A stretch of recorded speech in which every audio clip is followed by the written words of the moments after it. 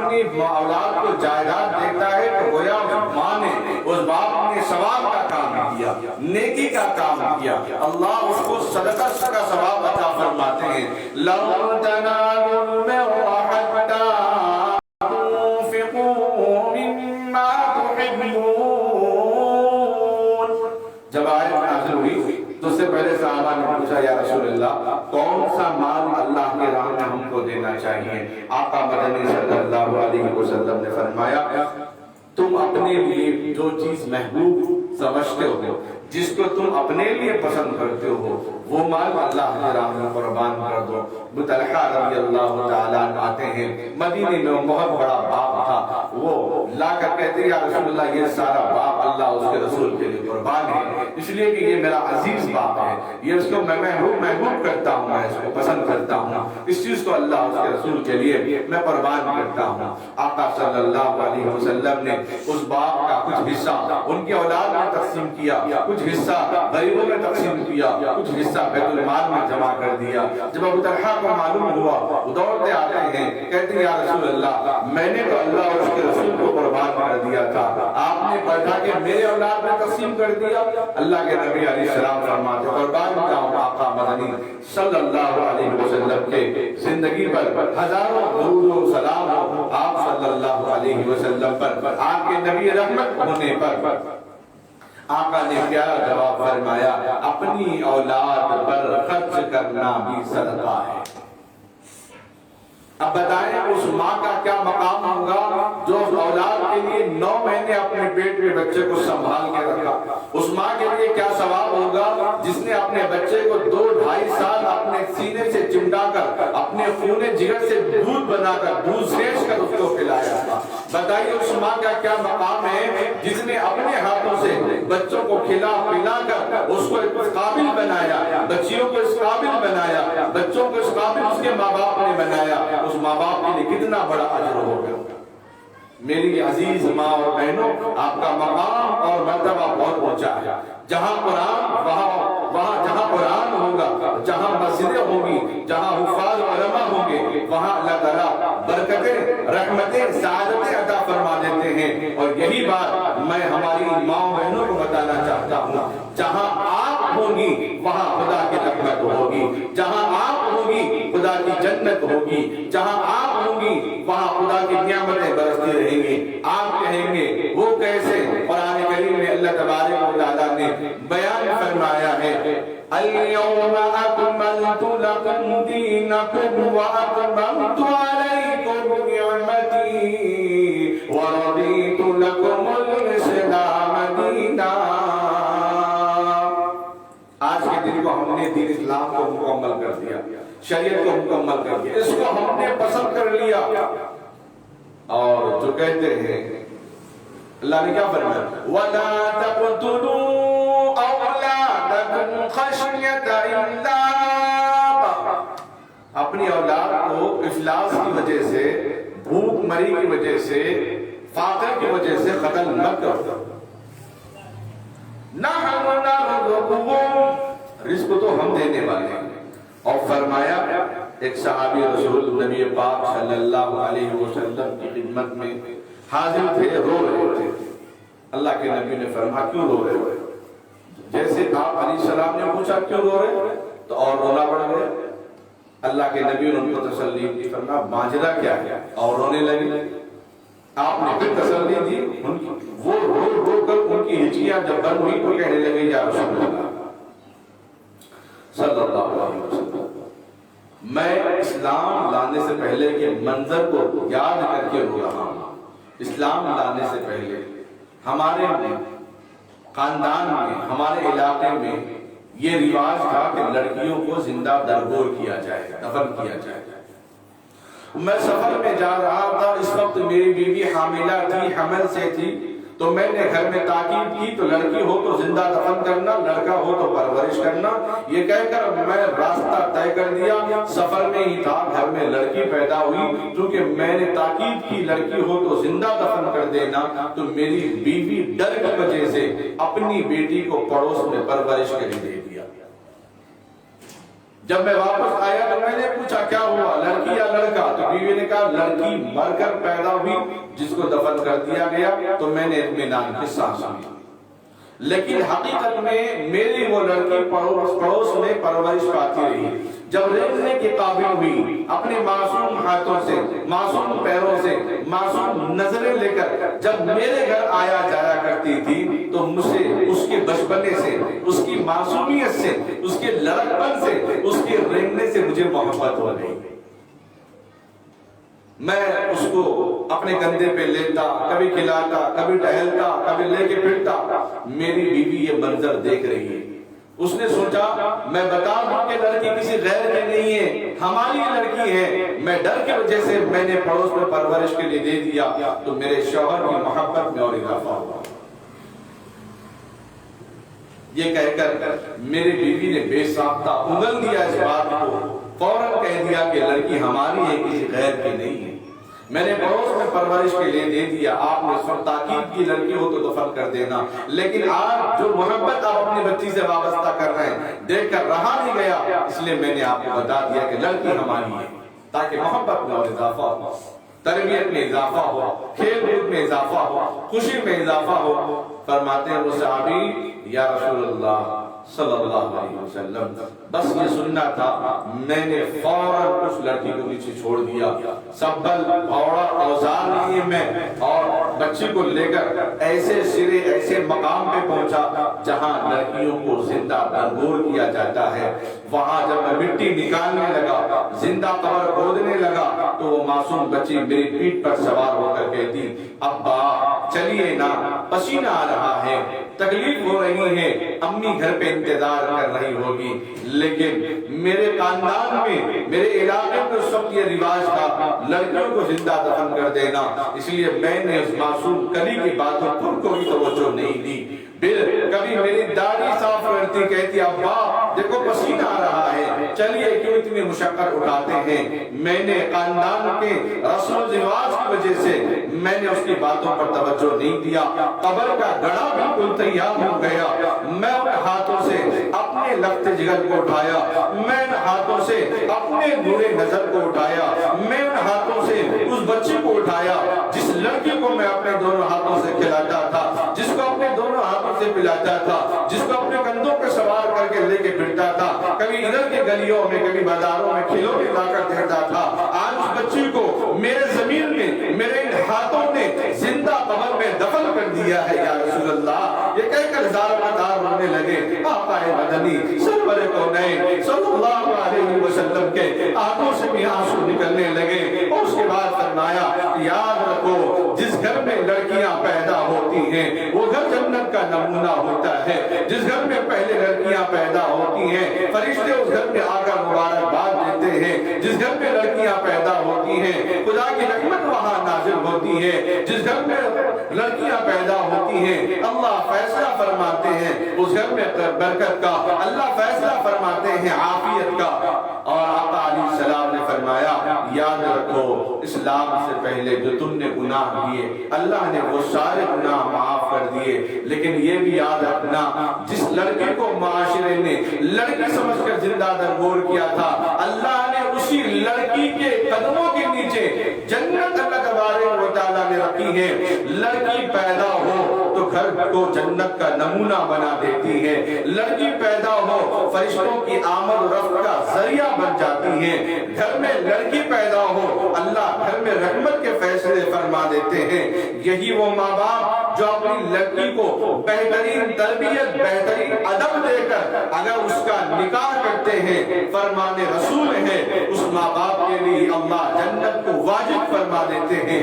یہی وہ لڑکی ہے پیدا ہوئی تو گھر کو جنت کا نمونہ بنایا، نکاح ہو گیا ماں باپ کو جنت واجب کروایا، اور جب یہ لڑکی حاملہ ہوتی ہے پھر بھی اولاد اللہ اس کو عطا فرماتے ہیں، اس اولاد کی جنت اللہ ماں کے قدموں کے نیچے رکھتے ہیں۔ سبحان اللہ، کتنا بڑا مقام اور مرتبہ اللہ تبارک و تعالیٰ نے رکھا ہے۔ اپنے گھر میں گھر کو جنت کا نمونہ بنایا، کسی اور کے گھر میں چلے گئی تو پھر وہاں اس کے قدموں کے نیچے اللہ نے جنت رکھی۔ جو کہتے ہیں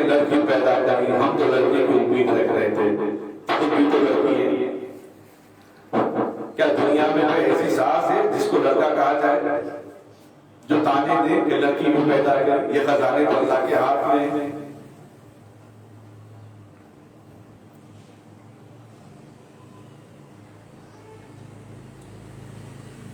آدم علیہ السلام کے علاوہ، حضرت حوا علیہ السلام کے علاوہ دنیا کے اندر قیامت تک جتنے بھی لوگ آئیں گے ساروں کی جنت اللہ نے ماں کے قدموں کے نیچے رکھی۔ پہلے اپنے گھر کے ماحول کو پہچانا، اصلاح معاشرہ، اپنے گھر سے اس کی اصلاح ہو، اپنے قدموں سے اس کی اصلاح ہو، اپنے سروں سے اس کی اصلاح ہو، اپنی اولاد سے اس کی اصلاح ہو۔ آپ اس اولاد کے مقام مرتبے کو پہچانیں۔ آپ کہتے ہیں اولاد کیوں پیدا ہوئی؟ پاگل ہے، دیوانہ ہے، نکمہ ہے، فلاں ہے، فلاں ہے۔ اس سے پہلے آپ یہ سوچیں جب 9 مہینے یہی اولاد آپ کے پیٹ میں تھی، وہ اولاد کے باہر آتے ہی اللہ نے آپ کے سارے گناہ معاف کر دیے۔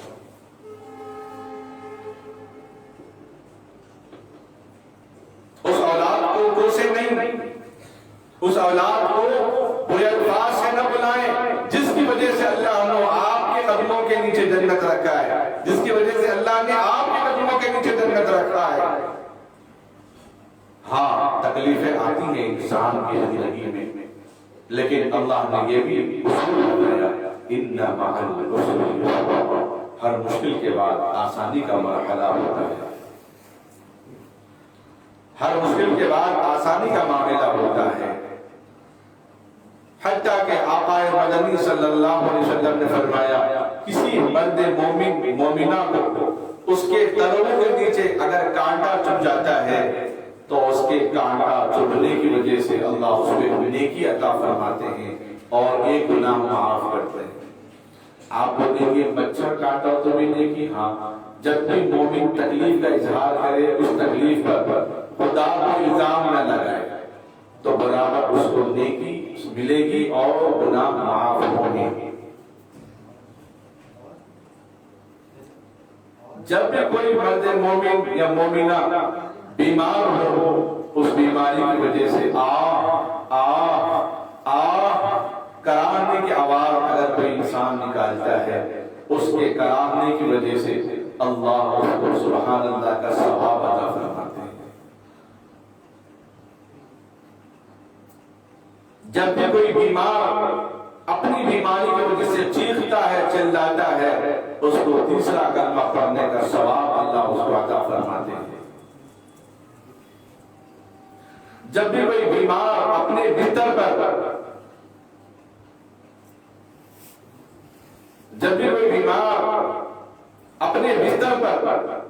تکلیف کی وجہ سے کروٹ بدلتا ہے تو جہاد کے میدان میں دشمن کے خلاف حق و باطل کی آواز اٹھاتے وقت جو مجاہدہ ہوتا ہے وہ ثواب بستر پہ پڑے مریض کے کروٹ بدلنے پر اللہ اس کو ثواب عطا کرتے ہیں۔ جب کوئی مریض 3 دن اپنے بستر پہ پڑا رہتا ہے، اٹھ نہیں سکتا، 14 دن اللہ اس کو سارے گناہوں سے پاک فرما دیتے ہیں۔ اور یہ ہر مرحلہ ہوتا ہے ہر ماں کے ساتھ، یہ مرحلہ آتا ہے ہر ماں کے ساتھ، ہر بیٹی کے ساتھ، ہر بہو کے ساتھ، ہر ساس کے ساتھ۔ 9 مہینے جب بچہ پیٹ میں ہوتا ہے ہر وقت تکلیف ہوتی ہے، لیکن اولاد کی محبت کا تکلیف کو کم کر دیتی ہے۔ محبت ماں کی اتنی زیادہ وہ تکلیف محسوس نہیں کرتی، محبت کو آنے والی اولاد کو محسوس کرتی ہے۔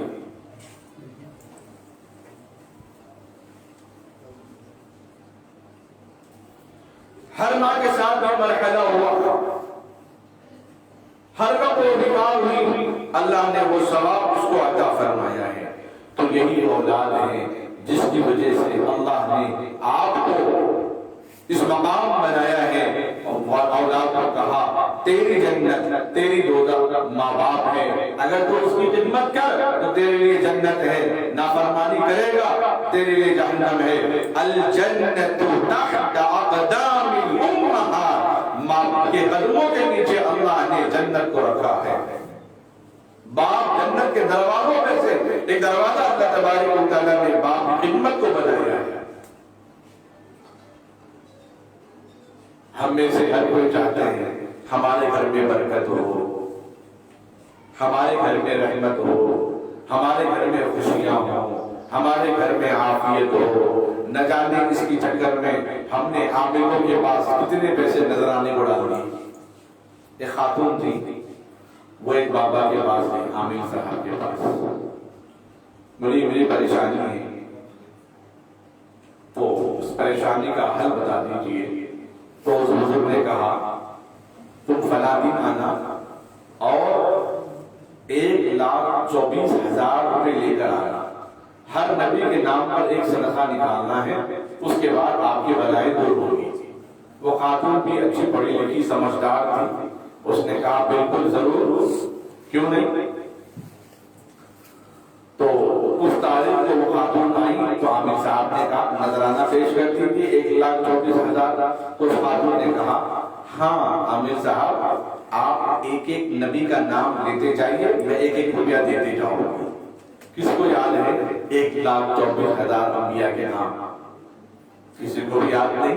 قرآن نے 55 انبیاء علیہ السلام کا ذکر فرمایا، اس لیے ان چکروں میں آپ مت پڑیے۔ ہم میں سے ہر کوئی، میں یہ کوشش کرتا ہوں کہ میں اللہ کے رحمت کا مستحق ہونے کے لیے مسجد میں بیٹھوں، تہجد پڑھوں، عمرہ کروں، حج کروں، جی علماء سے دعائیں لوں، مسجد کی خدمت کروں، فلاں کام کروں، فلاں کام کروں۔ ہم میں سے ہر کوئی چاہتا ہے کہ ہمارا گھر رحمتوں کا ذریعہ بن جائے، برکت کا ذریعہ بن جائے۔ کسی مولوی صاحب کو بلائیں گے، کسی فلاں کو بلائیں گے، گھر میں برکت ہوگی۔ ارے اللہ نے مسجد میں برکت رکھی، حرم میں برکت رکھی، مکے میں مدینے میں برکت رکھی، مساجد، مکاتب، مدارس، خانقاہوں، قرآن میں برکت رکھی، لیکن جنت تو ماں کے قدموں کے نیچے ہے، تو ماں کی خدمت تو کر لے۔ جنت تو باپ کا دروازہ، اس کی خدمت تو کر لے۔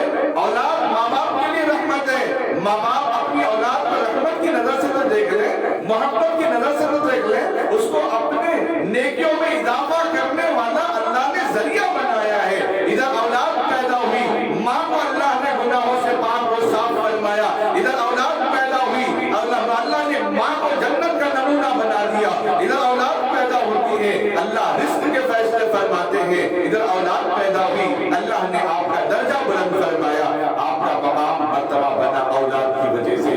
آج آپ اپنی اولاد کو کوسیں گے، بیٹیاں رحمت، ماں جنت، باپ جنت، یہ سارے جنت تو گھر میں ہیں، اور ہم جنت کی تلاش میں فلاں جگہ جا رہے ہیں، فلاں جگہ جا رہے ہیں، فلاں جگہ چکر کاٹنے۔ ہاں احکام عبادتیں اپنی جگہ ہیں، لیکن اصل جو چیز اصولاً حقوق العباد، بندوں کے حقوق، انسان نماز پڑھے، توحید، رسالت، آخرت پر ایمان لاتا ہے، لیکن حقوق العباد کا اہتمام نہیں کرتا۔ اپنی ساس، اپنے سسر جو باپ کے درجے میں ہے، اپنی بہو جو بیٹی کے درجے میں ہے، اپنا شوہر جو اپنے مالک کے درجے میں ہے، اپنے بچے جو اس کے لیے پھول ہیں، اس کا مستقبل ہے، اس کی زندگی ہے، اس کا فیوچر ہے، اگر یہ آپس میں ایک دوسرے کا اہتمام نہیں کریں گے تو گھر جنت کیسے بنے گا؟ گھر تو جہنم کا نمونہ بنے گا۔ لوگ کہیں گے گھر میں دل نہیں لگ رہا، بھائی گھر میں دل کیوں نہیں لگ رہا؟ بیٹی تمہارے لیے رحمت بن کے آئی ہے، بیوی تمہاری زندگی کا سکون بن کے آئی ہے، اولاد تمہاری آنکھوں کی ٹھنڈک ہے، دل کا سرور ہے، دل کیوں نہیں لگ رہا؟ آخر وہ کون سی شریعت چھوٹ رہی ہے گھر سے؟ آخر وہ کون سا طریقہ نبی کا چھوٹ رہا ہے؟ اندازہ لگائیں نبی علیہ السلام کے اس بات پر کہ جس لڑکی کو دیکھنا گناہ تھا، نکاح کے بعد اس کو کھلانا ثواب بنایا ہے، تو گھر کتنا سکون کا ذریعہ ہے۔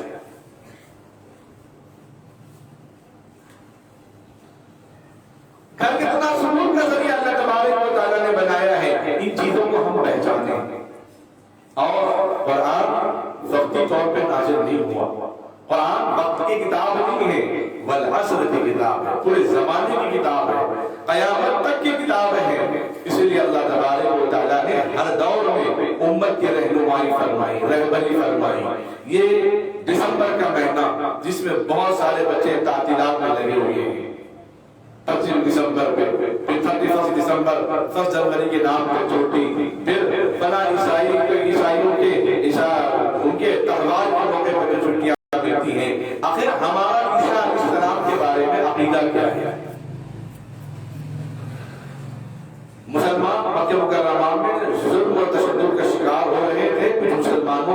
نبی اکرم صلی اللہ علیہ وسلم سے کہا کہ حبشہ کا بادشاہ بڑا نیک ہے، ہم اس کے پاس چلے جاتے ہیں۔ اللہ کے نبی علیہ السلام نے فرمایا ٹھیک ہے روانہ ہو جائیے۔ 17 لوگوں کا قافلہ روانہ ہو گیا۔ مکے والوں کو پریشانی ہوئی، کیا وہ لوگ وہاں جائیں گے، پھر اپنے ٹیم بنائیں گے، پھر ہم پر حملہ کریں گے، ان کی تعداد بڑھ جائے گی، یہ ہم سے ہاتھ سے نکل جائیں گے۔ اس لیے ان لوگوں نے حبشہ بادشاہ کے پاس کچھ لوگوں کو بھیجا تحفے تحائف دے کر، تاکہ ہمارے غلام ہمارے لوگوں کو واپس مکہ بھیج دیں۔ پھر بھی اگر ہم ظلم و تشدد کر کے ان کو اپنے آباء و اجداد کے پرانے بتوں کے دین پر، کفر کے دین پر ہم لے آئے۔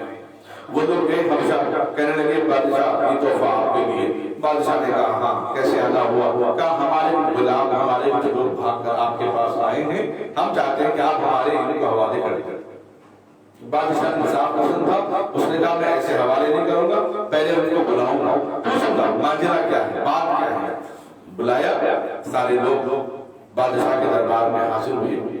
ڈرنے اور خوف کا معاملہ نہیں تھا۔ جس کے دل میں ایمان ہے اس دل میں ڈر کی جگہ نہیں ہوگی، نہ ظالم طاقتوں کی ڈر ہوگی، نہ ظالم حکومتوں کا ڈر ہوگا، نہ دشمنوں کا اس کے دل میں ڈر ہوگا، اس لیے کہ خدا کے دل میں اس کا ڈر موجود ہے۔ جو خدا کا ہوا وہ سب کا ہوگا، جو خدا کا نہیں تو وہ کسی کا نہیں۔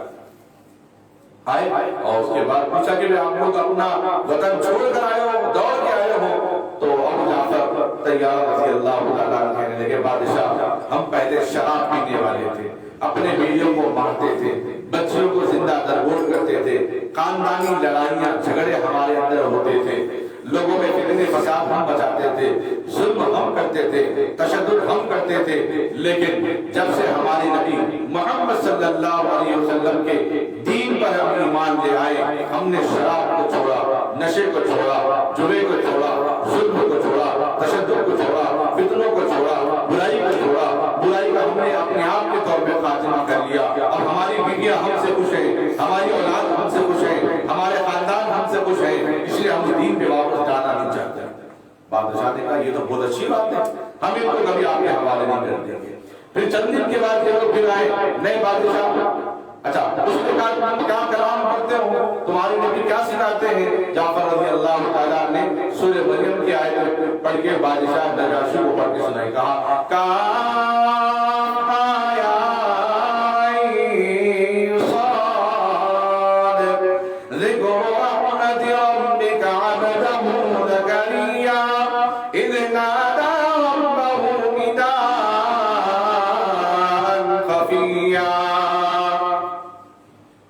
آیتوں کو، سورے کے رکوع کو سن کر بادشاہ نجاشی کی آنکھوں سے آنسو نکل گئے۔ فرمایا یہ ایسا کلام ہمارے نبی عیسیٰ علیہ السلام پہ بھی نازل ہوتا تھا۔ فرمایا کہ ہاں وہی جبرائیل ہمارے پیغمبر بھی وہی لے کر آتے تھے، بہرحال آپ نے ان کو حوالے نہیں کیا۔ اس کے بعد چند دن کے بعد یہ لوگ اور ہیرا لے کر آئے۔ کیا بادشاہ آپ ان سے پوچھیں عیسیٰ علیہ السلام کے بارے میں ان کا کیا عقیدہ ہے؟ کیونکہ مسلمان عیسیٰ علیہ السلام کو خدا کا بیٹا نہیں مانتا، نہ جبرائیل کا بیٹا مانتا ہے، وہ تو خدا کا بندہ اور رسول نبی پیغمبر مانتا ہے۔ خدا تو خدا ہے، اس کے آگے نہ کوئی ہے اور نہ اس کے پیچھے کوئی ہے۔ بادشاہ نے بن مسلمانوں کو بلوایا تو پھر وہ آئے، پوچھا تمہارا عقیدہ کیا ہے عیسیٰ علیہ السلام کے بارے میں؟ انہوں نے کہا قال انی عبد اللہ آتانی الکتاب وجعلنی نبیا وجعلنی مبارکا اینما کنت واوصانی بالصلاۃ والزکاۃ ما دمت حیا۔ میں اللہ کا بندہ ہوں۔ اللہ تبارک و تعالیٰ نے مریم علیہ السلام کے بدن سے لڑکا پیدا کیا بغیر باپ کے۔ کیوں پیدا نہیں کر سکتا؟ جبکہ خدا نے آدم کو بغیر ماں باپ کے پیدا کیا، حوا کو بغیر ماں کے پیدا کیا۔ صالح علیہ السلام کے زمانے میں سخت پہاڑ سے اونٹنی، گاون اونٹنی کو پیدا فرمایا۔ وہ اونٹنی پیدا ہو کے اپنے بچے کو جنم دیتی ہے۔ پھر وہ خدا کے لیے کیا مشکل کہ مریم کو بن شوہر کے اولاد دی۔ کلمہ کن سے اللہ نے عیسیٰ علیہ السلام کو پیدا فرمایا، جس کلمے سے آسمان کو بنایا، جس حکم سے زمین کو بنایا، جس حکم سے عالم کو بنایا، اسی حکم سے اللہ نے عیسیٰ علیہ السلام کو پیدا کیا۔ مریم با حیا تھی، با پردہ تھی، بڑی شرم والی تھی، اللہ سے رونے لگی، التجا کرنے لگی، اے اللہ میرا خاندان دیکھے گا تو کیا کہے گا؟ حمل کی حالت دیکھ کر جنگل میں چلے گئی، خلوت میں چلے گئی۔ اللہ نے فرمایا اے مریم تو کچھ نہ بولنا، تو خاموش رہے۔ جب درد ہونے لگا تو اللہ تبارک و تعالیٰ نے کھجور کے درخت کو ہلانے کا حکم دیا۔ سوکھا درخت کھجور جب اس کو ہلایا تو تر و تازہ کھجور پیچھے گرے۔ چاہے تو اللہ آپ کو پیٹ میں ڈال سکتا تھا، لیکن نیچے کیوں گرایا؟ اللہ فرماتے محنت تو کر، صلہ میں دوں گا، صبر تو کر، پھل میں دوں گا، انتظار تو کر، گھڑیاں میں قدم کروں گا۔ سوکھے درخت سے اللہ نے کھجوروں کو گرایا۔ آج ان کھجوروں کا نام مریم کھجور رکھاتے ہیں، جو شہادت کی انگلی کے قریب قریب لمبی لمبی کھجوریں ہوتی ہیں، جو حاملہ عورتوں کے لیے بڑے فائدے مند، پانی کے ساتھ کھیرے کے ساتھ استعمال کرنا۔ تو لڑکا پیدا ہوا تو بچے کو لے کر شہر میں گئی تو لوگ کہنے لگے مریم تو نے کیا کر دیا؟ تیرا خاندان نبیوں والا، تیرے خالو زکریا علیہ السلام، تیری ماں عمران بہت نیک، تو نے کیا کام کر دیا؟ خاموش بیٹھے کا فاشارت نہیں، اپنے بچے کی طرف اشارہ کیا تو لوگ ہنسنے لگے، غصہ ہونے لگے۔ اے مریم قالوا کیف نکلم من کان فی المہد صبیا، اے مریم کیا گود کے بچے بھی کبھی بولے ہیں؟ مہد کے بچے، گود والے بچے بھی کبھی بات کرتے ہیں؟ دودھ پینے والا بچہ بات کر سکتا ہے؟ کیوں نہیں کر سکتا؟ جو خدا بغیر باپ سب کچھ پیدا کر سکتا ہے، وہ خدا سب کام کروا سکتا ہے۔ جب بچہ بول اٹھا، میں نے ابھی آیت پڑھی، عیسیٰ علیہ السلام 3 دن کے بول اٹھے، قال انی عبد اللہ آتانی الکتاب وجعلنی نبیا وجعلنی مبارکا اینما کنت واوصانی بالصلاۃ والزکاۃ ما دمت حیا۔ میں اللہ کا بندہ ہوں، اللہ نے مجھے کتاب نازل، مجھ پر کتاب نازل فرمائی، میری امت پر اللہ نے نماز اور زکوٰۃ کو فرض فرمایا۔ تو اللہ تبارک و تعالیٰ نے عیسیٰ علیہ السلام کو کلمہ کن سے پیدا فرمایا۔ اب مسئلہ یہ ہے، ہمارا عقیدہ سورہ اخلاص کا ہے۔ آج بھی عیسائیوں کے اندر اختلاف ہے کہ بیٹا جبرائیل کا ہے یا خدا کا ہے۔ بعض عیسائی کہتے ہیں جبرائیل کا بیٹا ہے، بعض عیسائی کہتے ہیں خدا کا بیٹا ہے، مریم کی بیوی، مریم بیوی ہے جبرائیل کی، بعض کہتے ہیں خدا کی بیوی، نعوذ باللہ۔ تو ہمارے بچے جن اسکولوں میں پڑھ رہے ہیں بہت اچھی بات ہے، بچوں کو پڑھانا یہ ثواب کا کام ہے، دین کی تعلیم دینا زیادہ ثواب کا کام ہے۔ بچوں کو اسکول بھیجنا، اسکول کے لیے بیاگ خریدیں، کتابیں خریدیں، پنسل ربر شارپنر اسکیلز خریدیں، جوتے اور ساکس اور ٹائی خریدیں، یہ ثواب کا کام ہے۔ آپ اپنے بچوں کو تعلیم دیں، اللہ نے اس لیے پہلی آیت کہا اقرأ باسم ربک الذی خلق، پڑھ اپنے رب کے نام سے، پھر آگے کہا اقرأ وربک الاکرم، اور پڑھا۔ پڑھنے اور پڑھانے کا پیغام اللہ نے وحی کے ذریعے سب سے پہلے امت کو یہ تعلیم دی تھی۔ جن بچوں کو ہم اپنے اسکول بھیج رہے ہیں، وقت نہیں ہے بچوں سے بات کرنے کا، بچوں کے ساتھ وقت گزارنا، کھیلنا، ان کی خوشی میں شریک ہونا، ان کے کھیل میں اپنے آپ کو کھلونا بنانا، کبھی اپنے آپ کو گھوڑا بنانا، کبھی ہاتھی بنانا، کبھی اونٹ بنانا، کبھی اپنے آپ کو ان میں ڈھال کر ان کے دل کی کیفیت کیا ہے، ان کی خوشیاں کیا ہے، اس سوچنے کا ہمارے پاس وقت نہیں۔ صبح اٹھنے کے بعد ناشتہ زبردستی ٹھوس کر ہم اسکول بھیجتے ہیں، شام میں آیا تو ٹیوشن کو بھیج دیا، پھر آئے تو فوراً بستر پکڑا دیا، دودھ پلا کے سو جا، صبح اسکول جانا ہے، اور صبح ہوتے ہوئے رفو چکر، اور اتوار آیا تو کھیل کود میں وقت چلا جاتا ہے۔ تو پھر بچے سے بات کرنے کا وقت کب مل رہا ہے؟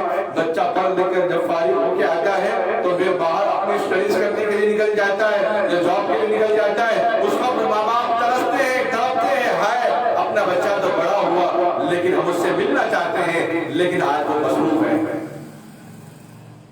بیماریاں کیوں آتی ہیں؟ سوچنے سے آتی ہیں۔ بڑھاپے میں انسان بیمار نہیں ہونا چاہیے، لیکن زمانے دیکھتے ہیں کہ ابھی واٹسپ پہ ایک نیوز آئی ہے، 90 سال کی خاتون سوئمنگ پول کر رہی ہے، تیر مار رہی ہے، جم جا رہی ہے، 90 سال کی بوڑھی خاتون۔ ہمارے پاس 70-60 سال ہوتے، 4 قدم پہ 4 لوگ ٹھہرے ہوئے تھے خدمت کے لیے، ایک دھونے کے لیے، ایک کھلانے کے لیے، ایک پلانے کے لیے، ایک اٹھانے کے لیے۔ وجہ کیا ہے؟ ہم نے اپنی ماؤں کو پریشان کیا، ہم نے اپنے باپ کو پریشان کیا۔ ماں باپ ہماری ہر سوچ کو پورا کرتے، اور اولاد کو چاہیے کہ ماں باپ کی ہر سوچ کو پورا کرے۔ ماں باپ نہیں چاہتے کہ اونچا مکان دے، کھلائیں پلائیں، ماں باپ چاہتے ہیں کہ وقت ہماری اولاد ہمارے ساتھ گزارے۔ اس لیے کہ اس اولاد کے لیے ہم نے اپنی جوانیاں قربان کر دی تھی، اپنی ہڈیوں کو کمزور کر دیا تھا، ہمارے بال سفید ہو چکے اس کی خدمت کرتے کرتے، اور آپ کے ہزاروں نیندیں ہم نے قربان کر دی ہے، جن کے آرامیاں ہم نے قربان کر دیے ہیں۔ باپ نے اپنا خون پسینہ کر کے اس کی تربیت کی ہے، اس کے لاکھوں فیصد اس نے بھی قربان کر دیا تھا۔ آج اس ماں باپ کے ساتھ آرام سے دو پل اگر بیٹھ جائیں تو ماں باپ دنیا کے سمجھتے ہیں دنیا کا خوش نصیب باپ میں ہوں، دنیا کی خوش نصیب ماں میں ہوں، اس لیے کہ میری اولاد میرے ساتھ بیٹھ گئی ہے۔ لیکن دل کے ماں باپ اپنے دل پہ پتھر رکھ کر خاموشی کا، صبر کا مظاہرہ کرتے نہیں، چلو بچہ مصروف ہے، بزی ہے، اپنے کام میں لگے رہنے دو، خیر خیریت پوچھ لیے، آواز سن لیے، بس ماں باپ خوشی کا اظہار کرتے ہیں۔ خدایا وہ دن آنے سے پہلے جو چھٹیاں آ رہی ہیں، جو تعطیلات درمیان میں مل رہے ہیں، ان 5 نمازوں میں اپنے بچوں کو اپنے شوہر کے ساتھ، اپنے اور بیٹوں کے ساتھ، اپنے بھائیوں کے ساتھ مسجد میں بھیجنے کا اہتمام کرے، مکتب میں بھیجنے کا اہتمام کرے، تاکہ پتہ تو چلے کہ بچے کا ایمان زندہ ہے یا نہیں ہے، بچے کا ایمانی حرارت باقی ہے کہ یا نہیں ہے۔ اس لیے کہ آقا صلی اللہ علیہ وسلم نے فرمایا قیامت سے پہلے ایک زمانہ آئے گا، صبح کو اٹھے گا تو مسلمان ہوگا، شام کو آئے گا تو کافر بن کے آئے گا۔ اندازہ لگائے وہ کیسے ہوگا؟ ہمارا ماحول، ہمارا کلچر، ہماری سوسائٹی، ہمارے ارد گرد کا جو ماحول ہے، عیسائیت پنپ رہی ہے، عیسائیت جنم لے رہی ہے، ہر جگہ عیسائیت کے الفاظ ہیں، اور وہ اپنی تہوار کے موقع پر بچوں کے اسکول کے پروگرام کے نام پر نہ معلوم بچوں سے کتنی مرتبہ یہ کہلوا دیا کہ عیسیٰ خدا کا بیٹا ہے، عیسیٰ جبرائیل کا بیٹا ہے، عیسیٰ مریم خدا کی بیوی ہے، اور ہمیں پتہ بھی نہیں ہے۔ بچوں کو اسکول کی تعلیم دینے سے منع نہیں کیا جا رہا ہے، لیکن بچوں کے ایمان کی حرارت، ایمان کی تازگی، ایمان کا معاملہ اور جائزہ لینا ایک ماں کی ذمہ داری ہے، ایک باپ کی ذمہ داری ہے۔ اگر شوہر کی ذمہ داری ہے کہ بیوی کے لیے سونا دے، چاندی دے، کپڑا دے، کھانا دے، تو اس ماں کی بھی ذمہ داری ہے اپنی اولاد کی ایمان کا جائزہ لے، اپنی اولاد کی نمازوں کا جائزہ لے، اپنی اولاد کے دعاؤں کا جائزہ لے، اپنی اولاد کے اخلاق کا جائزہ لے، اپنی اولاد کی گفتگو کا جائزہ لے۔ اس لیے کہ قرآن میں کہا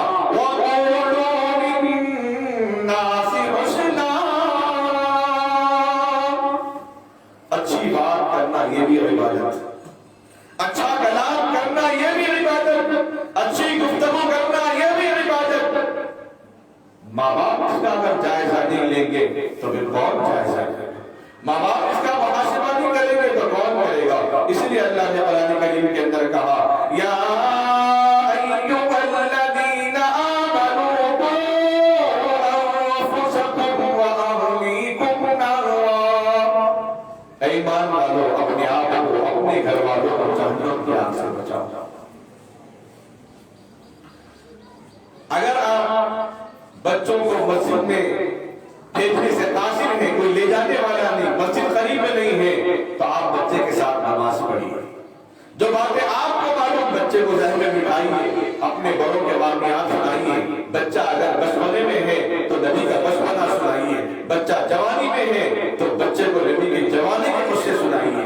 بچہ اگر بزنس کر رہا ہے، تاجر ہے، تجارت کر رہا ہے تو نبی کے تاجر ہونے کے واقعات کو سنائیے، بچے کے اندر سدھار پیدا ہوگا۔ بولتے نا وظیفہ دیجیے خلیل صاحب، وظیفہ دیجیے مولانا، ہمارا بچہ ایسا کر رہا ہے، سب سے بہترین وظیفہ نبی کی سیرت بچے کے اندر پیدا کریں، نبی کا عمل بچے کے اندر دہرائیں۔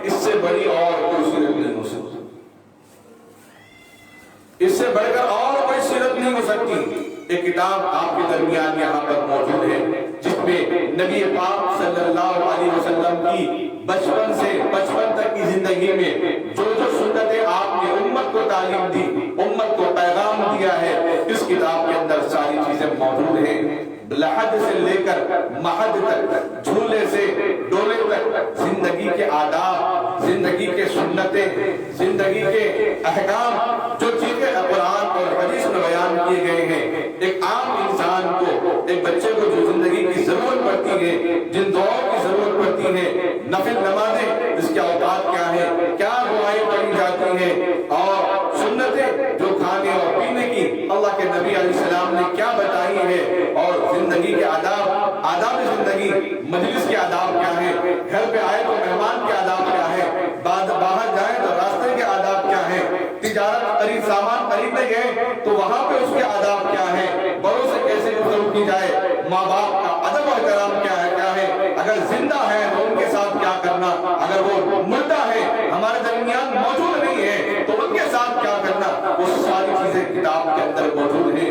یہ کتاب آپ حضرات لیں ایک نعمت کے طور پر، ایک تحفہ سمجھ کر بچوں کو زندگی کے لیے ایک بہترین آپ، کیونکہ نبی صلی اللہ علیہ وسلم نے فرمایا جس ماں نے، جس باپ نے اپنی اولاد کو ادب کی تعلیم دی تو اس نے دنیا کی دولت اس کو عطا کر دی ہے۔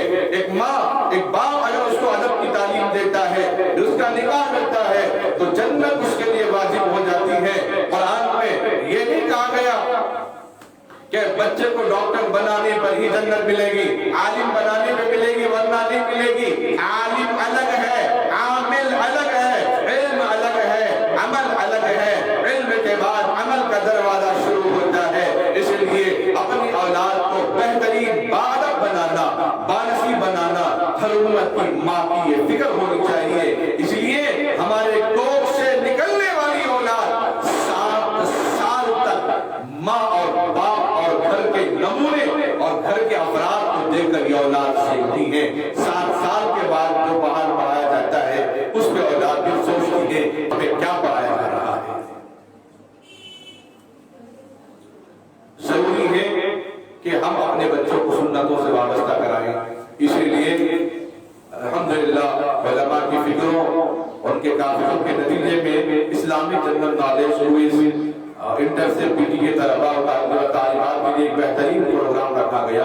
بچوں کے لیے اورل کا ایگزام ہے، بچوں کے لیے مڈل کا ایگزام دیا جا رہا ہے، جس میں انعام اول آنے والے کو 5000، انعام دوم 3000، انعام سوم 1500 روپے اور ترغیبی انعام بھی رہیں گے اور سرٹیفکیٹ بھی ان کو دیے جائیں گے۔ اس کے اندر 10 جنوری کو آخری تاریخ میں رجسٹریشن کے لیے 200 روپے میں آپ کا اندراج فیس ہے، اور کتاب اگر فارم اگر آپ لیتے ہیں تو اس کے لیے کتاب مفت دی جائے گی، ورنہ اگر آپ خالی کتاب لینا چاہ رہے ہیں تو اس کتاب کی قیمت صرف 100 روپے ہے اور اس کا بھی تعاون دینی ادارے کو چلا جاتا ہے۔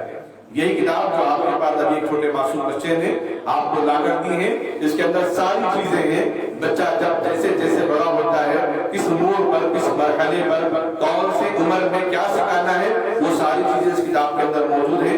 اسی کتاب سے امتحان بھی ہوگا جس میں اسلامی کلمات، کلمات نماز، فرائض، واجبات، سنن، اسماء الحسنی، اسماء النبی صلی اللہ علیہ وسلم، اسلامی معلومات، مسنون دعائیں، اوقات نماز، آداب زندگی، چہل حدیث، اقوال ضروری، 24 گھنٹے ہم کو کیسے گزارنا ہے، یہ اہم باتیں اس کے اندر